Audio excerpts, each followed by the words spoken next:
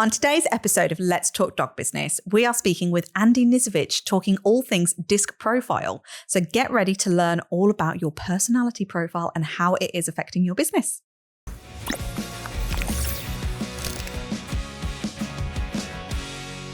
Hi, Andy. It is so nice to have you on our podcast. How are you? Good morning. Thank you very much for having me on it. I'm delighted to be here. I'm very well. How are you both? Yeah, we're good. We're well, good. Thank you. Yeah. Vicky's getting over the lurgy. Yes, I'm feeling much better than last week. Apart from the lurgy. Yeah. Apart from the lurgy. All is good. All is good. Yeah. Oh, so this is a bit of an unusual episode, I suppose, because we know each other from our mastermind group, don't we? We do, yes. And yeah. it's been lovely getting to know you over the last, I can't even remember how long it's been now. It's been a fair while now, hasn't it? It's been at least a year, hasn't it? Because of the various different groups and things like that we've been a part of. Yeah, it must be. It must be. So actually, I'm going to let you introduce yourself because you do some amazing things that may not make any sense to anybody. But then specifically, the reason we wanted you to come on here today is you seem to have a superpower about understanding some personality profiling. And I thought it'd be really interesting to go into. But tell everybody a little bit about yourself because you've got quite an interesting background compared to what you're doing now. Well, thank you. Yeah, so I'm Andy Nisevic. I'm the founder of a company called 1 Degree, and we are a workplace performance specialist. For simplicity, that's leadership development, but it's aimed at developing the skills and the tools within leaders to be able to recognise what each individual they've got working for them needs in order for them to kind of optimise their workplace performance without kind of venturing into burnout, without venturing into stress. And it includes things like personality profiling, of which DISC is one of them. And I love the way that you put it as a superpower, because whenever I meet anyone new at a networking event, I always ask the question, what's your superpower? Because I'm a bit of a geek. So yeah, one of my superpowers is really looking at the personality profile of the individual and kind of recognizing, right, what are the motivational traits that's going to work best for them? How do I need to communicate with them in order for them to have the best experience, whether it be one-to-one or group? Nice. And how did you get into actually doing this as a service offering, I suppose? I suppose it starts before I started the company. So you alluded to my background. I spent 23 years in the Royal Air Force, and I absolutely loved the service. I was lucky enough to be in the right kind of jobs with the right kind of leaders that enabled me to promote relatively quickly. But one of the things that I always struggled with was actually being able to engage multiple people. I've led teams kind of from really small surgical specialist teams all the way up to nearly 3 figures of people reporting to me or me being responsible for them. And I found there was always a certain number of people that I had great rapport with, was able to motivate them, get great results out of them. And then there was always a huge amount of people, for whatever reason, it just became a functional relationship rather than one in which all of us thrived. So for years, I operated under the assumption that was normal. As I became more experienced and more knowledgeable, started my own personal development journey, I started to learn that actually there's probably something that I'm doing wrong, because it doesn't seem right that this is just normal. So I started researching psychology, human behavior, and by the way, human beings are absolutely nutters, every single one of us. How we've survived as a human race, I've got no idea, because we're barking mad. We sabotage ourselves at every opportunity, but that's, I suppose, a completely different subject. And my final job was teaching the Air Force's leadership courses, and it was there that I found this personality profile called the Strength Deployment Inventory. And that's a really, really deep personality profile that looks at like the core of who we are as an individual, what our strengths are, what our motivators are, the kind of things that put us into conflict. So, i.e., that if you ever think about people that you've worked with or maybe a part of the same social circle with you, but for whatever reason, you just can't click with them. They've not done anything wrong or bad. They're not a bad person, but you just can't, for whatever reason, build rapport with. The strength deployment inventory kind of looks at you can start to recognize where your character traits are just naturally at conflict with their character traits. And that's a really good one. When I started my coaching diploma, I was introduced to DISC. And DISC is one of the best tools out there, in my opinion, because it's really accessible. It's really low cost personality profile, but it looks at how we communicate as individuals. So the 4 different personality profiles, and how one person just being their natural self is immediately not going to have an effective conversation with somebody else just because they communicate in a way that's not efficient for each other. Yeah, I'm really intrigued about DISC because I'm new to this, and I hear people talk about I'm a D or an I, and I really don't get it. So, this will be a good lesson for me, this podcast as well. So can you give everybody a bit of an idea about how it's segmented, how it what's the importance of knowing what you are and what you lean towards in certain situations? And I think it's about you're a certain type in a certain type of situation. I mean, this is just my very ignorant view on it. So it's not necessarily that you're a certain type in a certain situation, but you do have a natural style and an adapted style. So let's say, for example, you start a new job. And our natural kind of subconscious drivers, because we as human beings, we thrive within community, we will adapt ourselves to fit into that community. So DISC is a great tool to kind of recognize what your adapted profile is. It happens if you're in a new relationship, or you get out of a relationship, you start a new job, you have a new boss come in. All of these sorts of situations can lead to you behaving in a different way. It has benefits because it helps bring people together. But the longer you spend in your adapted profile, actually the harder it is to kind of maintain that thriving performance, because it's exhausting. In effect, you're subconsciously trying to be somebody who you're not. And that is really, really draining, and it can affect performance, it can affect relationships. So having an awareness of what your natural style is, and kind of having leaders, managers there that kind of understand what your natural style is and doing everything they can in order to help you get back and be in your natural style is only going to kind of help you optimize your personal performance, because you're not wasting energy on trying to be somebody who you're not. So does this relate to when people say, and this is quite common in the dog industry, people say they're people pleasers, they're trying to always do the right thing for the people, and in doing that it takes them away from their true self, or it is exhausting, like we do hear that it is exhausting. So yes, would you liken it to that then? Absolutely.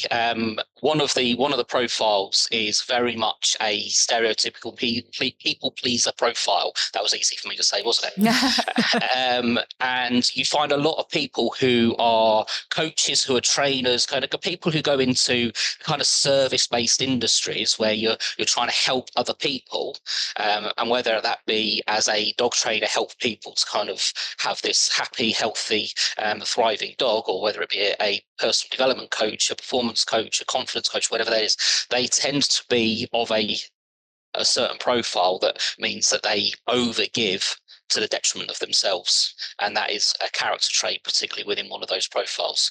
Do you want me to go through the 4 individual profiles? Yes, please. My brain is whirring already from what you've just said, though. Like, the fact that we probably, is how I've taken it anyway, we lean in heavier on the adaptive style rather than actually owning our true self. Style, yeah. I just think that is fascinating. And I think because I've done quite a lot of personal development work, I can actually see how much I do lean in on my adaptive style a lot and not go into my superpower enough, I don't think. Yeah. But no, it's interesting. It can be strange because obviously we lean into our adaptive style because that's what suits the dynamic of that group. So when your group dynamic suits your natural style, that's great because you're really going to thrive in that environment. But when you have to adapt your style, then it's going to work in the short term. You're going to get some great short-term results, but there will come a point where your own energy is just going to be lowering and lowering and lowering until you get to a stage where at best you're just tired all of the time, even though you're doing all of the things to kind of look after yourself. So the 4 profiles, we've got D, I, S, and C. I always work better. My brain works better at the letters. Other people like the colours. So D is red. I'll test myself to remember this properly. I is yellow, S is green, and C is blue. So if you're a D or a red profile, they're very direct people. They're people that are very domineering, they're very decisive, they're quick to act, they can be seen as quite rash, but for them, their motivator is just get out there, get the job done, get the results, and everybody's happy. But because of their direct nature, the way that they speak to people can be quite blunt. So it can be quite off-putting to people, whereas actually all they're doing is just trying to get the job done in order to keep everybody safe and everybody happy, give the team the results they need, give the business the results they need in order to continue. They are absolutely fantastic for when you've got really tight deadlines or pressures on, because they will go out there and they will work until the job's done. Because that's their motivator. Does it sound like anyone? Yeah, sounds like Joe. Their greatest fear is failure. So they will do everything they can in order to kind of ensure that they don't fail. Huge risk takers. They will spend money, they will take risks, they will cut corners in order to get the job done. But inevitably, they don't care about making mistakes because they know that they'll figure out a way and they'll get it done and it'll get done right. The I profile, or yellow, they tend to be very happy, bubbly, cheery type people. They're very good at kind of integrating into teams. They're good at kind of bringing other people into teams. An I within a business that's kind of going through a change management process, if they can get an I brought into that change, the I is fantastic at bringing other people in. They're great negotiators. If you sell a service that requires you to maintain long-term relationships with your clients, an I in your sales team is going to be fantastic at building those relationships. They're very impulsive. They're very much like that kind of person who's busy doing one thing and then it's like a magpie. It's like, oh, shiny thing, what's that over there? And they'll get something half done and then go and move on to something else because that's now become more exciting. So they can be very impulsive. I used to have an I profile working for me years ago, and he had 50% of lots of things done and nothing fully complete. Because it's very much, oh yeah, that sounds exciting, I'm going to go and do that. Their people profiles is rather than D's task focused profile, the I is a people focused profile. So they want everybody to be happy. Their greatest fear is being rejected. So they do everything they can in order to make sure the team is kind of together and everyone's happy. Why the puzzled face, Joe? Well, can you have a bit of both? Because when I've done this work before, admittedly, I've not done it in any great detail. I was identified as initially an I and a D. So I've got both profiles in me. Yeah, so would that be one of the adaptive and one of the strong suit, or do you have a blend of both? 80% of the population are a blend of 2 or more profiles. So it's really, really hard to pigeonhole people based on their kind of primary profile because they've got a blend, they've got other skills and other strengths. You do tend to find that certain people will be attracted to certain types of jobs. So The ID profile is, for me, in my opinion, it's the perfect profile for kind of high ticket sales, those kind of sales roles where you're selling long-term services, because somebody might have to spend 5 figures in order to kind of, like a mastermind, for example, they might have to invest 5 figures in order to do that. They're not necessarily going to say, yeah, I've met you for the last 5 minutes. I know 5 minutes worth of information about you. Here's £10,000 or £15,000, etc. They're going to want to be nurtured. They're going to want to be cared for. They want to make sure that that investment is safe, particularly if they're one of the slower moving profiles. Now, a high D, they're going to think, can you get me the results? Yes, and they'll spend the money. But can you just clarify? Sorry, yeah. Can you just clarify? When you say high D, what does that actually mean? So somebody who's a D profile, but kind of a really, really high on that D scale. So you do get 5% of the population that's only got 1. Sorry, just going to clarify that. 20% of the population have got 1, but 5% of the population are so overwhelmingly high on just 1 profile characteristic that they're just all in. They are all that. So I've got a client who is 98% D. It's the highest I've ever seen, and they've got nothing else in their profile. They are extremely fast moving, extremely decisive, and he spent £15,000 on my services after meeting me for an hour. Because I wish I could meet more people like that, because it makes sales so much easier, wouldn't it? But it's very much right. You can get me the results that I'm looking for. I'm going to spend money. But because the vast majority of the population are a blend of other profiles, the vast majority of people we're going to meet, if we're selling high ticket services to them or kind of ongoing services, they're going to want to be nurtured. So that ID is a really good blend of personality profile, because there's the I in there that's fantastic at building relationships, but then there's also the D in there that's fantastic at getting the results. And if you describe somebody as an ID, for example, is I the predominant one, and then D is there's a little bit of D in there as well? Yes. So whichever one comes first, that's kind of the primary profile. So you can be ID, you can be DI. There is I can't remember what the statistics are. I think it's around 10% of us that have 3 within us. But that's a really real superpower in itself as well, because we tend to be able to adapt to any situation. Okay.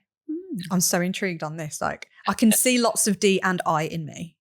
Can you? Yes. Okay. Lots of D. You've got really big eyes. Have I? Like, yes. Yes, you have. A very determined face. I like it. Okay, so now we've got S and C. Yeah. So D and I are very fast-moving profiles. D with a task, I with people. The S and C are much slower-moving profiles. Now, I need to clarify, that doesn't mean they're slow people. It just means that they're far more considered in their approach, and they take much more time to make decisions. So S is another people profile. It stands for steady. They like things to be nice and steady, nice and stable. They like everyone to be safe and secure. So there's a lot of similarities between the S and the I in the fact that they like everybody to kind of be happy, but the S priority is much more about stability within job role, keeping things the same, making sure everybody feels safe and they're nurtured and they know what the requirements of them are. They're great empaths, so they're really, really good at understanding what other people need in order to be secure and be able to do the job that's required of them. Their greatest fear is change. Oh my God, this is you.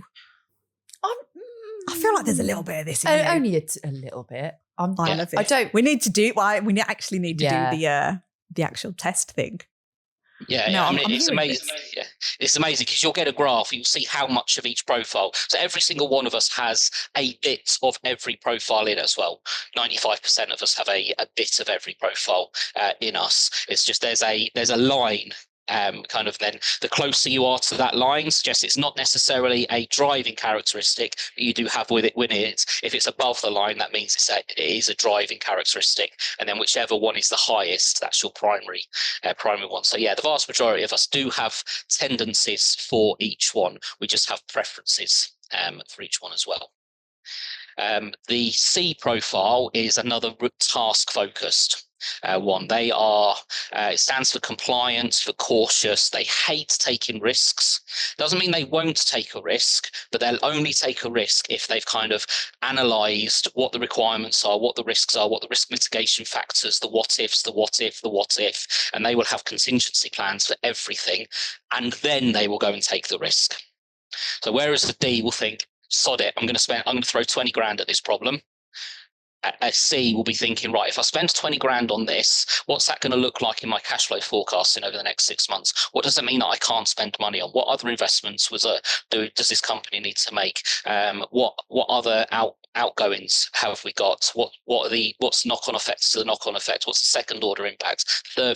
Sorry, I've got a fly just going in my face. A third order impact, a fourth order impact. So it's not that they're slow people, it's that they just consider far more information before they're going off to take a risk and make a decision. The superpower of the C is that in some jobs, in some industries, they will quite literally keep you out of prison. So I do a lot of work with the financial services. So there's a lot of laws, there's a lot of regulations, and they're always changing. You get a new chancellor of the exchequer, and all of a sudden everything changes. So they have to be really, really good at kind of recognizing what the changes are, how it's going to impact things, how people's pensions and investments, their savings, and everything is going to be impacted, so they can give their clients the right kind of advice. So they tend to be very detail orientated people. The thing they hate the most, the thing they fear the most, is being wrong. So if you've got a C profile working for you, and you need to tell them that they are wrong, you better be sure, you better be right, because I guarantee you tell a C profile that they're wrong, they're going to go and read every document, every bit of regulation, everything they can find in order to either prove themselves right or make sure that you were right.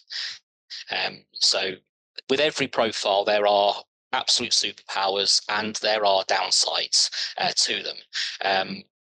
The biggest mistake that I see people make when they're not aware of these profiles is that they recruit people based on their characteristics. So you get a lot of people in a business with the same sort of characteristics, which means that you're heavily leaning on kind of one, so you don't have the strengths that the other profiles bring.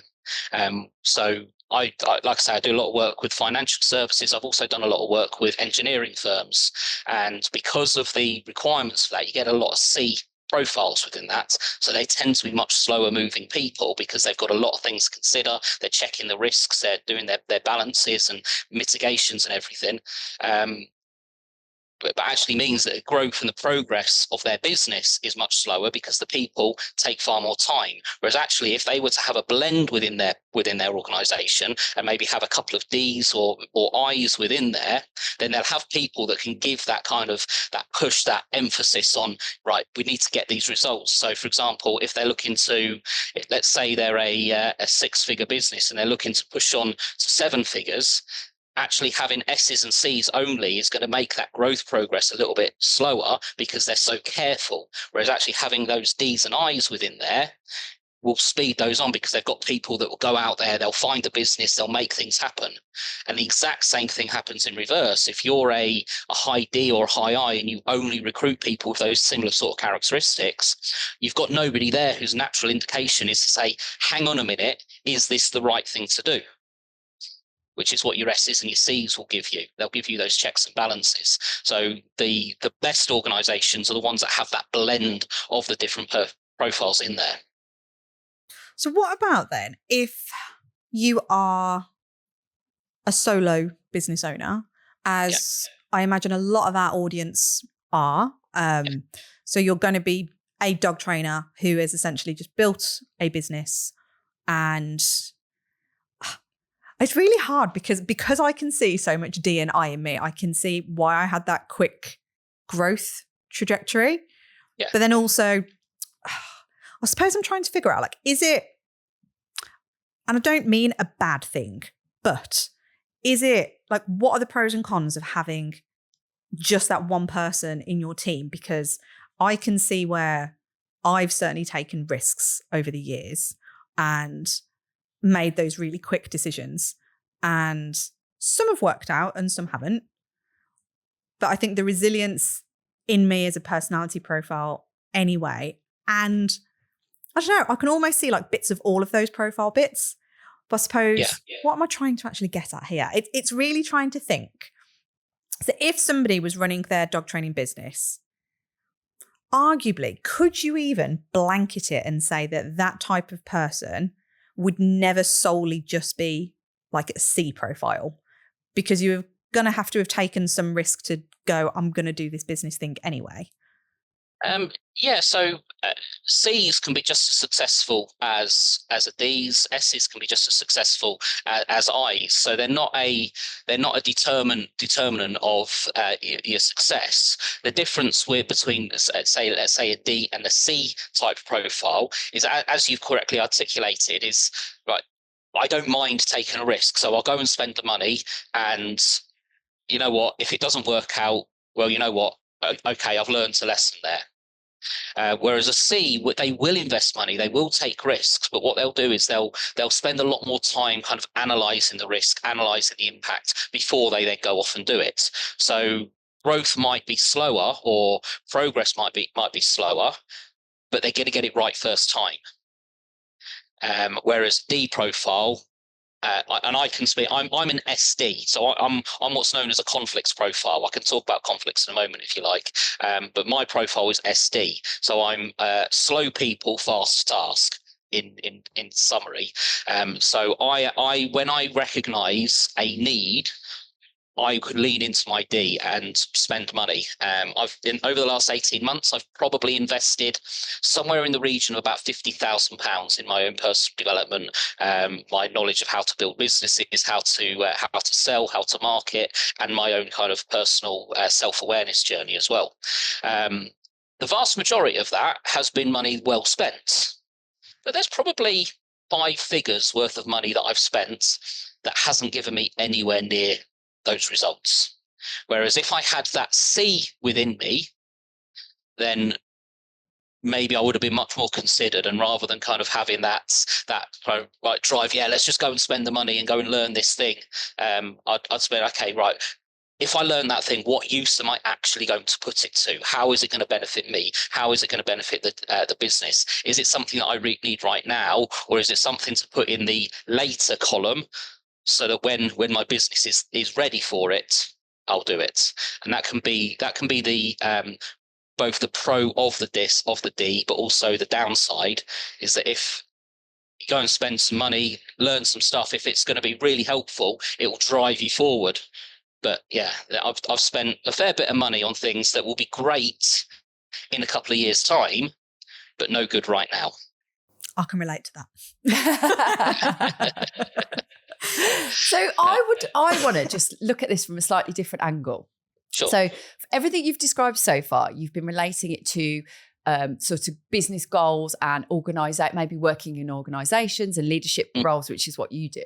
And sure. I'm thinking of, in terms of, this all applies when it's relationships with people, I'm guessing. Yeah. So the person who's a D is going to be a bit more like, come on, we need to go and do this thing. So let's think of husband and wife at home, that kind of like, come on, let's go make a plan. Let's do something. And then you've got your C's going to be like, hang on a minute, let's think about it first. Let's do all this stuff. Like, so am I on the right track here? That person you is going to be very similar. Yeah. And I'm just thinking of it in terms of dog trainers again, and their relationships with clients, and how sometimes we forget to think about the client and what they need. So we're not thinking about their personality types and traits. We're just going, well, we work like that, so come on, I've set you this task and I want you to do it. And then we get really frustrated maybe. The homework for the dog owners. Yes, and this is a big problem where we go, oh my God, they're not doing the work. Like, I'm here, I'm giving them everything. So I think it's so good to be aware of these things, and I hope that this is really helpful for people to start to think about it in that way. Yeah, because almost taking that a little step further in how you deliver the follow-up stuff. So it's a bit default, I suppose, for trainers to go, right, so Andy, we've just helped you do a training session with your dog, and you will get a training plan, which will be a written document in some way, shape or form. Yeah. And that's typically what it is delivered as. But I'm guessing when you're looking at this DISC profile, we're actually going, well, do you want to do stuff like that? And are you able to learn that way? And it might be going into learning style a little bit, but I imagine there's a bit of that personality profile. There'll be huge amounts of crossover, yeah. So let's say an information pack. I used to have a dog. Unfortunately, I don't anymore. And I took him to a local dog training school, and we got some brilliant results. And they gave me an information pack, kind of reminding me of the tools and the techniques that they taught me during the day. But then also other information on diet and kind of health and well-being of the dog and things like that. And it was full of really, really good information that sat on my dining table for months and months and months without being read. Was it ever read? It was flicked through occasionally when something was going on. I just wanted to kind of I can go and refer to that. But the mistake that they made is because they were very analytical type people, which is an attribute associated with the C profile. They wrote this document in a very analytical way with lots and lots of information. Now, it was 100% accurate. It was great information. There was just so much of it. So my D profile in me just got really bored and really frustrated. But the thing is, as a small business owner, you don't necessarily have the time to create lots and lots of material that's going to be relevant for other people. So one recommendation that I've given some clients over the last couple of years is when you're doing corporate communications, and this will be the same for when you're giving information packs to your clients, maybe think about how people receive information. So an executive summary with bullet points as a opening kind of page, opening paragraph, that sort of thing. That's going to satisfy those D's and to a degree those I's. And then later on, the kind of the nitty gritty, the meat on the bones, the information for that, because that's going to satisfy your S and your C's. And that way you're blending an approach for everybody. I was doing a talk at the events that I was at this morning on DISC profile, but within a sales process. So when you've got clients that are interested in your services, if I'm talking to them as a D profile and all I'm talking to them about is results, but they're a very C profile, they're going to get frustrated because they're not getting the information that they need. They're going to want to ask loads and loads of questions in order to kind of understand, is this the right thing? Are you the right person for them? Is the services that you do right for them? Is the time that your classes are available? Is it one-to-one? Is it group? What kind of open out? All of these sort of things that they're going to want to know. But because I'm so results focused, I'm just going to give them the results. And that's not necessarily going to have a great a rapport building conversation. So if I'm a dog trainer in an area where I've got lots and lots of competition, that person is going to have plenty of other options to then go and find somebody who gives me the information that I require. Likewise, if I'm a C profile, and I'm explaining absolutely everything, what every lesson looks like, everything that we're going to do, and that person's a D that just wants a better behaved dog, then they're going to get bored with all the information. So understanding these different communication styles and the personality profiles that people has gives us that opportunity to adapt our sales conversations, our rapport and relationship building conversations to provide our customers, our future clients, what they need, instead of us just giving them what we think that they need. Because generally what we think we need comes from what we would naturally want, not what they would naturally want. Oh, I love this. This is so interesting. I knew you'd like it. Oh, this is great. She was saying to me for ages, she's like, DISC, like, what's the point? Why do you even need to know this? I was like, wait, you'll love it. Yeah, I'm seeing it. I'm seeing it now. Yeah, I'm finding this also interesting because, again, I think when dog trainers create services or create websites, or like we talk a lot about the customer journey and that, you want that smooth kind of transaction through. Yeah. And it's really hard I think it's hard sometimes to look beyond your own view of the world. And this is kind of really highlighting all of that to me, and it's making we've been having like conversations behind the scenes, really, haven't we, about areas of me being incredibly high D and how my expectation of Vicky sometimes is just so like it's an unacceptable expectation from me because of me being, I'm very aware I'm high D. I always used to think I was more high I. And then the more people I've spoken to who know DISC, they're like, absolutely not, you are D. I'm like, oh, okay. Even Matt Alwell told me I was a D. Yeah. But there's no, this is the thing, because of the way that each profile is explained, a lot of them can get a bad reputation. So that high D, it can be really misinterpreted as somebody who's just really selfish and just out for themselves. Whereas actually, if you break it down and think about, right, what is the motivation behind a high D? The motivation behind a high D is to get the results in order for the business to be sustainable. Because if the business isn't sustainable, other people's livelihoods are at risk. It's just the way that they go about making sure the business is sustainable is about getting the results. Whereas somebody who might be an S profile, they've got exactly the same motivation. They want the business to be safe and sustainable, but their perspective is, well, if everybody feels safe and secure and nothing's changing, everybody remains the same, then we have that consistency, everybody knows what they're doing, therefore they can perform to their best without confusion.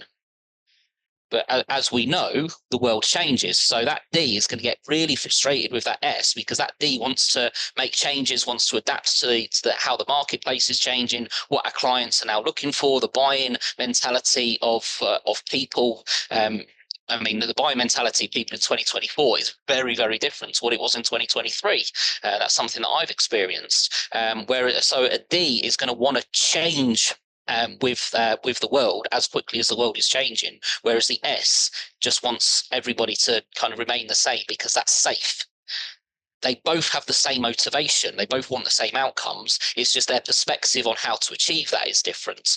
And that's why you get these conflicts. But the real superpower is just having that understanding that all it is perspective. It's just how different people interpret the world. And when you're able to work together and understand each other's perspective and then figure out a way to kind of work together, actually those profiles that naturally conflicts with each other, they become a huge superpower, because you've got all the strengths of the D, for example, going out, getting the results and adapting to the situation. Then you've got all the strengths of the S, which is understanding what the people need in order to be able to meet those changes. And it becomes a real superpower for a business. And I think it's really relevant what you said earlier about when, as in a business, you tend to look for the people that are similar to you. But I think actually definitely in Joe and I's case, if we were both say high D, like that wouldn't be good for anyone, because there wouldn't be that kind of, that like steadiness almost. She slows me down. I do slow it down. But you see, this is where it's really hard, because I do feel like feel like I slow you down sometimes. But then I know you're aware of like, you might be too fast for me and I can't keep up with it all. But it's like, these, like, so say if you're defined as, because we're talking a lot recently about labels, right? So if you define yourself as a D or a high D or something, then can that lead you or limit you? Or like, how does that affect you if you know what, because I don't know what I am, right? So you've probably got a good idea of what I am, but I don't know. And I don't, almost like a bit scared to know what I am, because then I might go, well, it's because I'm this. And then do you find that limits people, or do you find it defines them? I think if we label ourselves, it can have that risk, because it becomes an excuse. Yeah. So, for example, every profile has a downside. So let's use I's. Very, very impulsive. Jump from one thing to another, easily distracted. But if you say, oh, it's just because I'm an I profile, that's just who I am, then that can lead towards a tendency of not doing anything about it. Because if you just let that be your driving force, yeah, you might get 50% of lots of things done, but actually achieve nothing.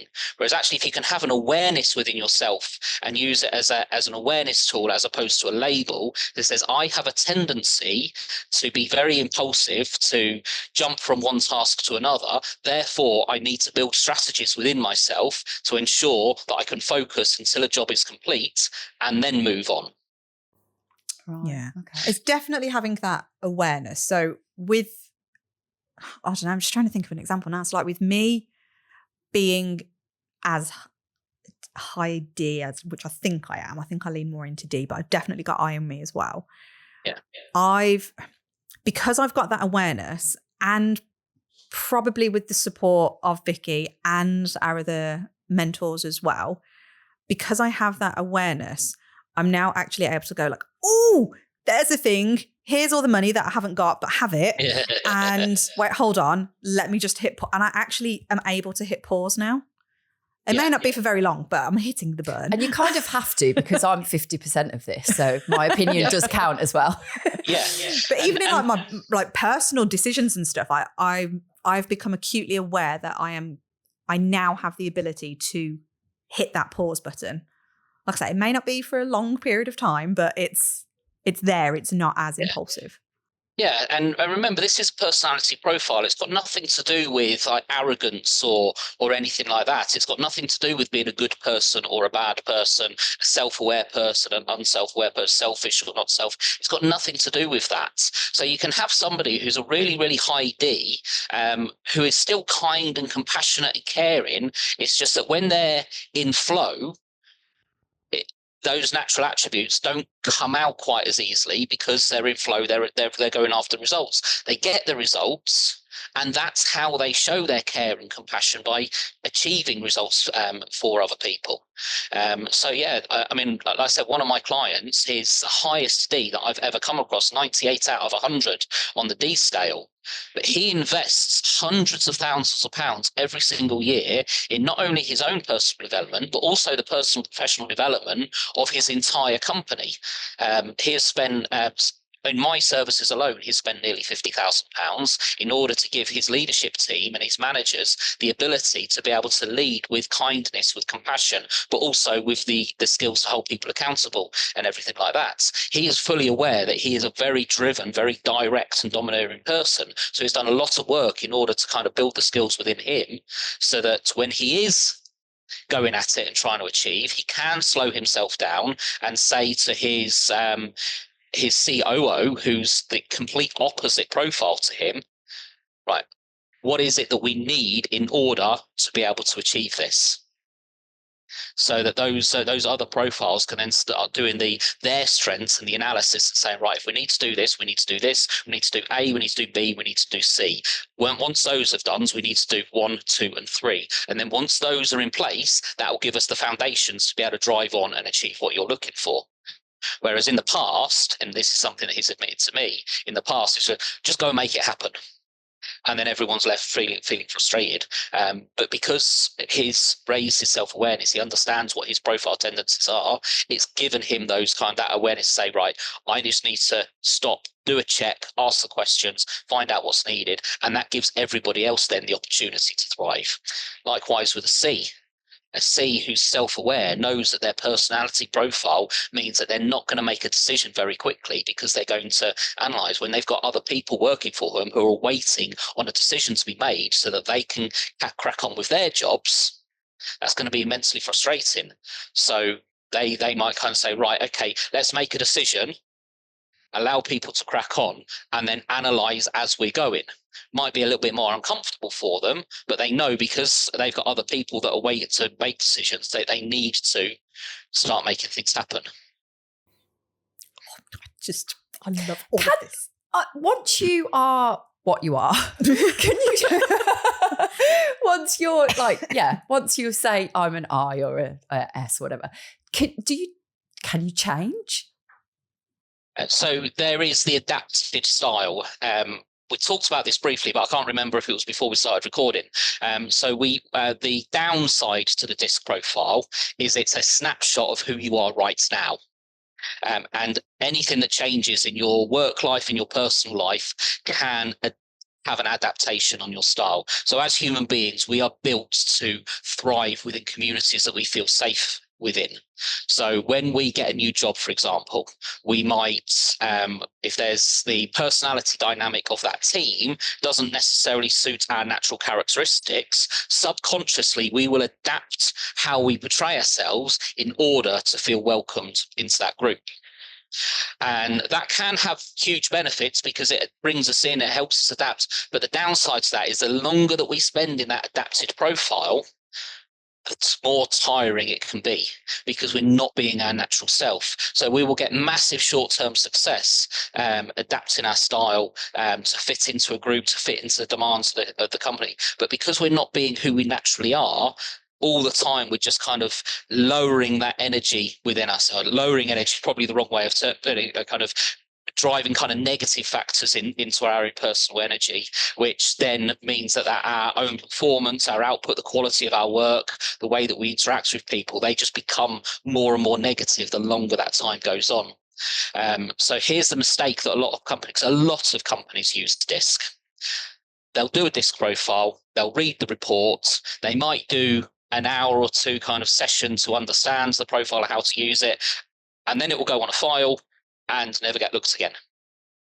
Actually, the real way to really understand DISC and how to get the benefit of it is that it's constantly available. So one of the things that I get my clients to do is kind of put something on their desk that says, I am this profile, this is the best way to speak to me, try and avoid doing this.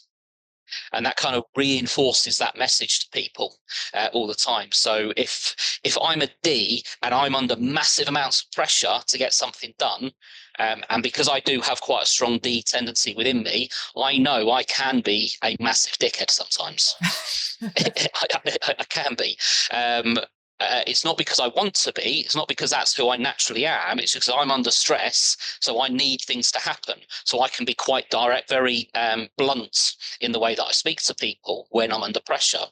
But if I am able to kind of see that person and I know what that person's characteristics are and how to best get what I need from that person, then it gives me that ability to just check myself and say, right, I might need to slow down here. They might be an S type profile.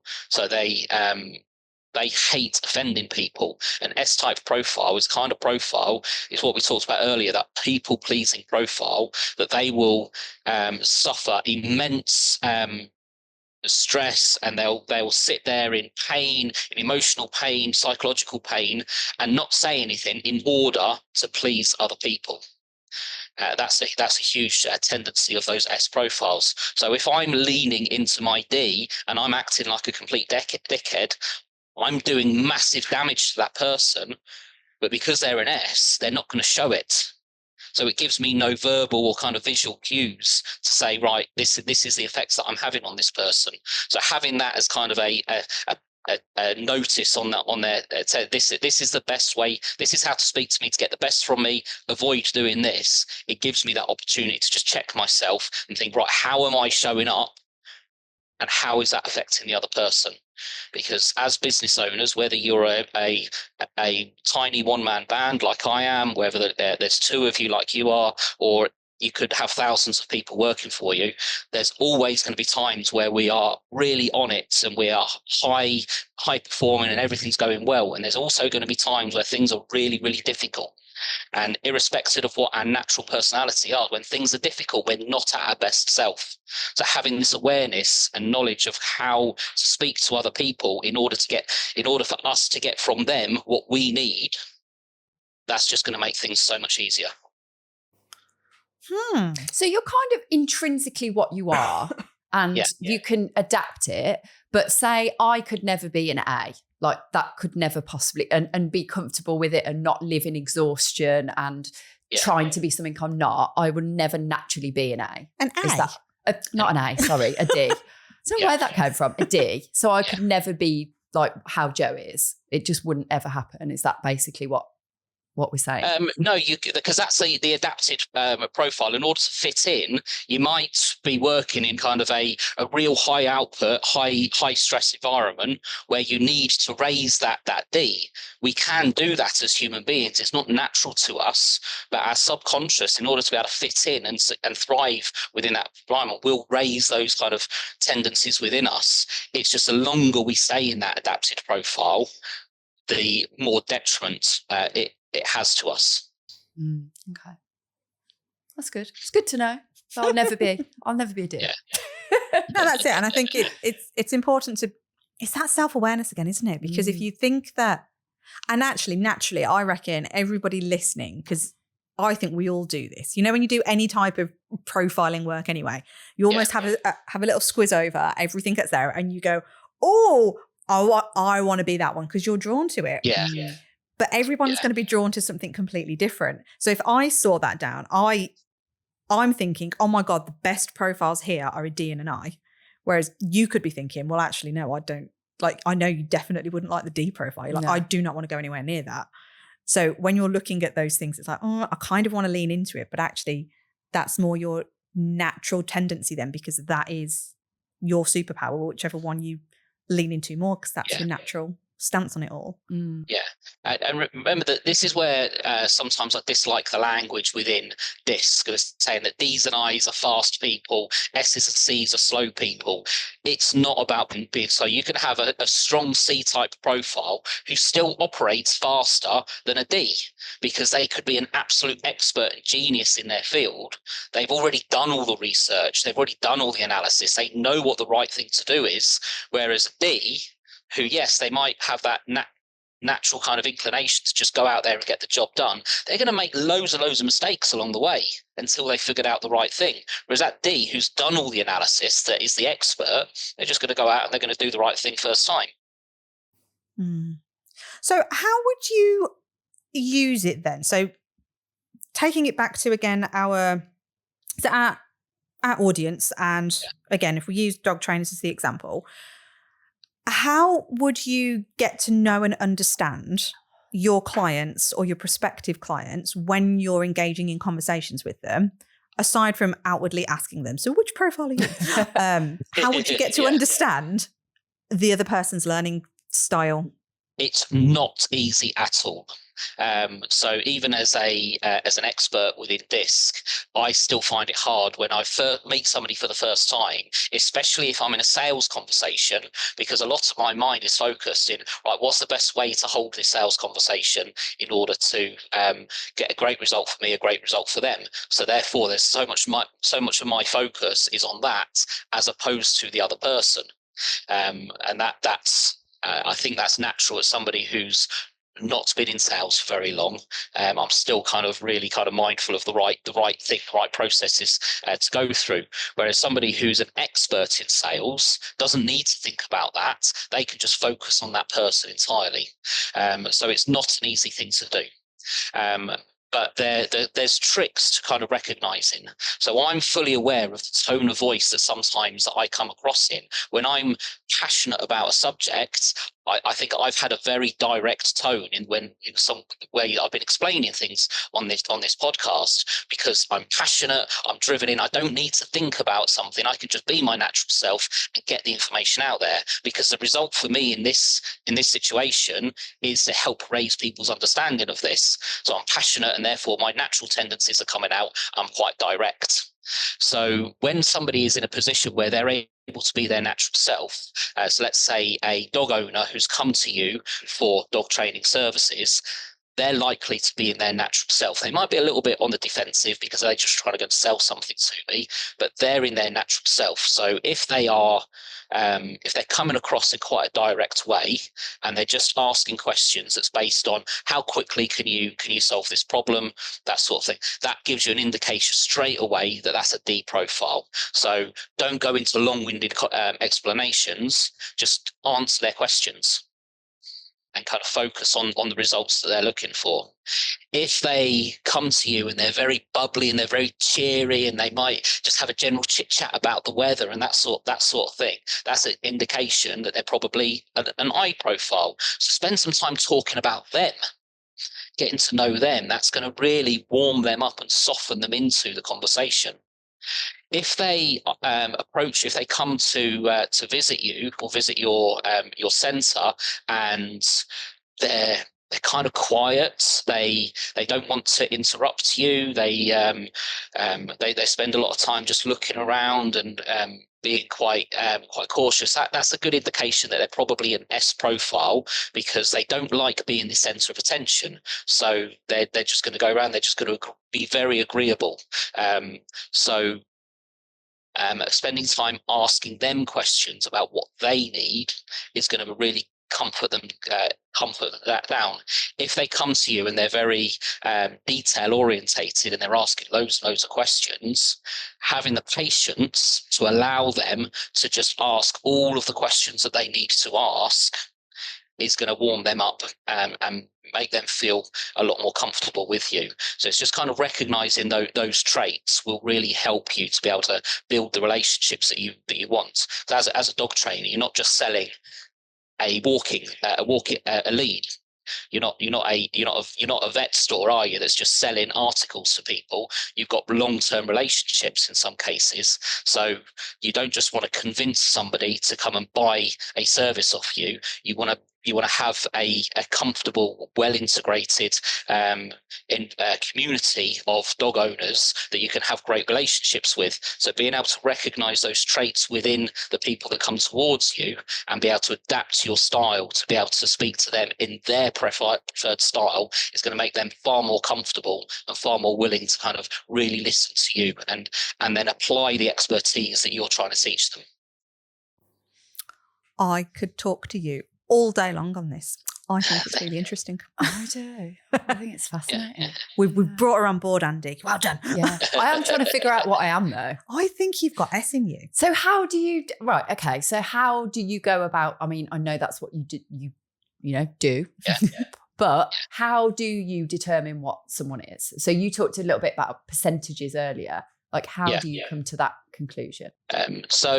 The reports that you get, so it just asks a series. I can't remember exactly because it's been a while since I've taken the test myself. But I think it's somewhere between 20 and 50 questions that you'll get asked, and you'll be various statements, and it's like you agree strongly, mildly agree, disagree strongly.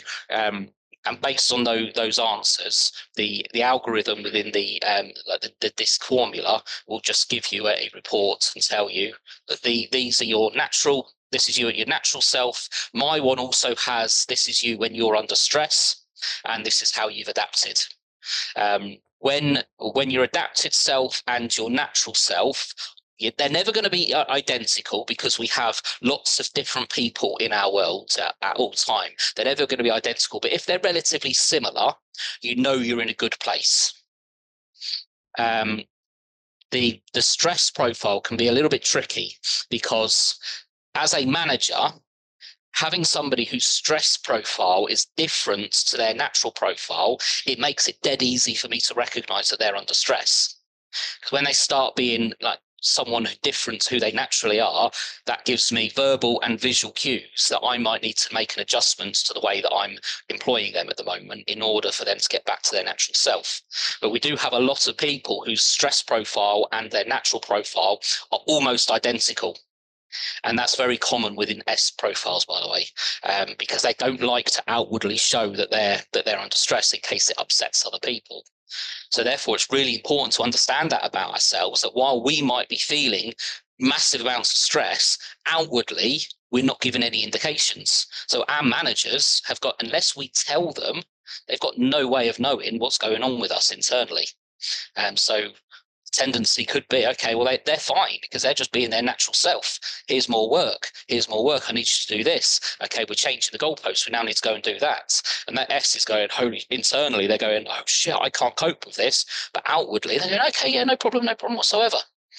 So it's really important to have that self-awareness within us so that we can give those verbal indicators, like saying, right, boss, I need to slow down. Things aren't good at the moment.